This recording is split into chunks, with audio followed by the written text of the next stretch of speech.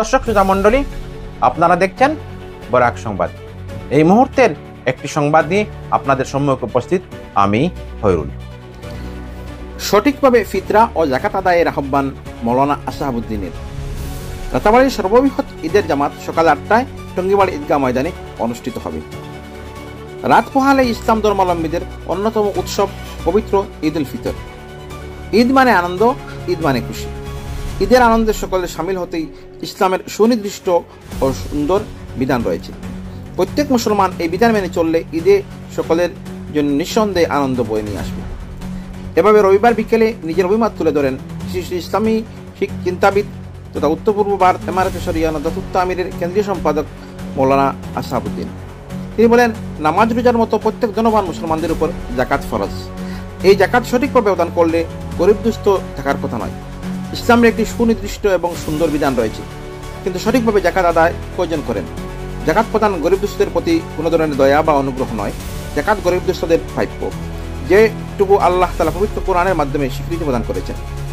আর এক মাস সিয়াম সাধনার পর যে ঈদ উল ফিতর এসেছে আনন্দের বার্তা নিয়ে, এই ফিতরা প্রদান করলে ইসলামের ভাষায় ওয়াজিব করা হয়েছে।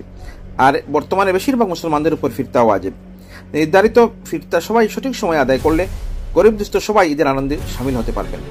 মৌলানা বলেন, ইসলামে বিষয় নিয়ে অহেতুক বিতর্কের কোনো অবকাশই নেই। বিশ্বনবী হযরত মুহাম্মদ সাল্লাল্লাহু আলাইহি সাল্লাম সবকিছুর দিক নির্দেশনা দিয়ে গেছেন। আজ পবিত্র 29 রমজান, শাওয়ালের চাঁদ দেখা গেলে আগামীকাল পবিত্র ঈদ উল ফিতর, আর যদি নাই দেখা যায় পরের দিন অনুষ্ঠিত হবে। তিনি সবাইকে ঈদের আনন্দে সামিল হতে ধনবান মুসলমানদের ফিতরা ও জাকাত সঠিকভাবে আদায়ের আহ্বান জানান। এদিকে রাতাবাড়ির সর্ববৃহৎ ঈদের জামাত অনুষ্ঠিত হবে সকাল 8টায় টঙ্গিবাড়ি ঈদগাহ ময়দানে। ঈদের জামাত পরিচালনা করবেন রাতাবাড়ি ডাইরেক্টর মাদ্রাসার শেখুল হাদিস হযরত মৌলানা আব্দুল জলিল নিজামী। সংবাদটি জানিয়েছেন টঙ্গিবাড়ি ঈদগাহ পরিচালনা সমিতির সভাপতি হাজী মকরম আলী ও সম্পাদক মৌলানা জামিল আহমদ। দেখুন এই প্রতিবেদন।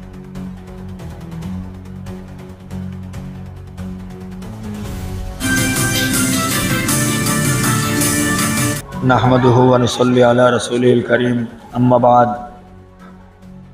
শ্রদ্ধেয় দর্শক ও শ্রোতা মণ্ডলী, এই ঈদের নামই হলো, আমাদের সামনে যে ঈদের নামই হলো ঈদ উল ফিতর, যে ঈদের সঙ্গে ফিতরার সম্পর্ক।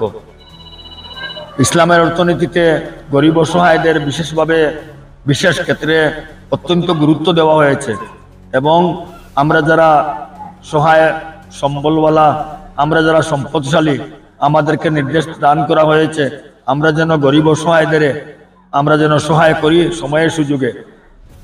এর মধ্যে বিভিন্ন স্তর রয়েছে, যেমন জাকাত সেটা ফরজ করে দেওয়া হয়েছে, অবশ্য কর্তব্য। যেমন ফিতরা সেটাও ওয়াজিব, মানে সেটাও অবশ্য কর্তব্য, আমাদেরকে দিতেই হবে, না দিলে আমাদের জবাবদিহি করতে হবে, দিতেই হয়। তো আমরা যারা রোজা রাখবো বা কোনো কারণে যদি আমি রোজা রাখতে অক্ষম হই, তবুও আমরা এই ঈদ উপলক্ষে আমরা ফিতরা দিব গরিবদের। আমরা ফিতরা যারা দিব তারা খুব বড় মাপের ধনী হওয়ার প্রয়োজন নেই। 52 তোলা রূপা পরিমাণ, তার মানে 60-61 হাজার টাকা পরিমাণ সম্পদ।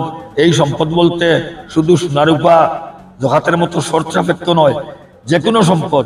একেবারে আমার যদি গড় দুয়ার বা আমাদের যদি পশু, গবাদি পশু ইত্যাদি, এক কথায় আমার একান্ত নিত্য প্রয়োজনীয় সম্পদের অতিরিক্ত যদি সমস্ত সম্পদ মিলিয়ে আমার 52.5 তোলা রূপার দাম পরিমাণ যদি আমার আয় থাকে, তাহলে আমার উপর ফিতরা দেওয়া ওয়াজিব। এই হিসাবের মধ্যে আমার যদি, যেমন আমি আমার পরিবারের ভরণ পোষণের ক্ষেত্রে 5 বিঘা জমি হলে হয়ে যায়, আমার রয়েছে 7 বিঘা, তখন অটোমেটিক্যালি সেই অতিরিক্ত জমির হিসাবও আসবে। এইভাবে চিন্তা করলে দেখা যায় একান্ত যারা ফিতরা খাবার যোগ্য, এরা ছাড়া বাকি সবাই আমরা অন্তত ফিতরা দেওয়ার যোগ্য, এবং আমরা যে কোনোভাবে আদায় করে দেওয়াটা আমাদের অত্যন্ত প্রয়োজন। আর এই সঠিক সময় হবে যেদিন ঈদের রাত্রি হবে, তার মানে ইসলাম শরীয়ত মতে তো রাত্রি আগের দিন করে ঈদের যে রাত্রি, সেই রাত্রি প্রভাত হওয়ার পর আমরা আদায় করার জন্য আমাদের উপরে শরীয়তের নির্দেশ আসবে। কিন্তু অগ্রিম দিয়ে দিলেও আমি দিতে পারি, সেই অনুমতি আমাকে শরীয়ত দিয়েছে। অগ্রিমও দেওয়া যায়, যেমন জাকাতও আমরা অগ্রিম দিতে পারি, এবং দেওয়ার সময়টা হলো ওই দিনের সুবে সাদিকের পর। সুবে সাদিক হওয়ার পর আমরা দিতে হয়। কেউ যদি তো ওই দিন ঈদের দিন নাও দিতে পারেন, পরেও কিন্তু আদায় করতে হবে, না দিলে কোনো অবস্থায় হবে না।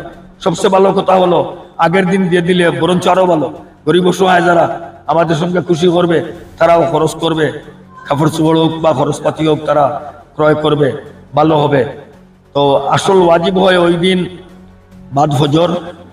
আর এই ঈদুল ফিতর তার নাম রাখা হয়েছে এজন্য যে ফিতরা এবং অসহায়দের সহায় যেটা এত বেশি গুরুত্ব দেওয়া হয়েছে, একটা ঈদের নাম সেই ফিতরার সঙ্গে সংযুক্ত করে রেখেই দেওয়া হয়েছে।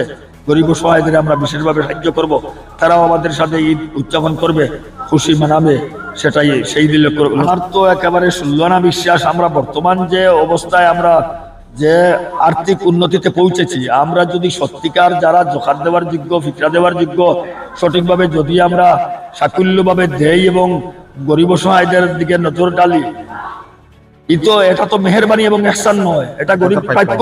সে ঘরে বসে সেটা গ্রহণ করবে, আমি তাকে নিয়ে দেওয়া আমার উপর বাধ্যতামূলক করে দিয়েছে পবিত্র শরীয়ত, পবিত্র ইসলাম। যদি আমরা যথারীতি এগুলো দিতাম তাহলে অন্তত গরিব অসহায়দের দুঃখ দুর্দশা মোটেই থাকতো না, এগুলো নিঃশেষ হয়ে যেত। যেভাবে হয়েছিল শাহ ওমর ইবনে আব্দুল আজিজ রহমতুল্লাহ আলাইহির সময় বা বিভিন্ন সময়ে ইসলামের ইতিহাসে এগুলো রয়েছে। দি গোল্ডেন এজ অফ ইসলাম, ইসলামের স্বর্ণযুগ। আমরা কিন্তু গাফলতির মধ্যে আছি। আমরা যাকাতের উপযুক্ত যে পরিমাণ মানুষ এক একটি আমসায়ায়, কিন্তু যাকাত গ্রহণ করার কয়জন আছে? যাই হোক, আল্লাহ তাআলা আমাদেরকে বুঝার, জানার এবং আমল করার তৌফিক দান করুক, সেই কামনা রেখে আমার কথা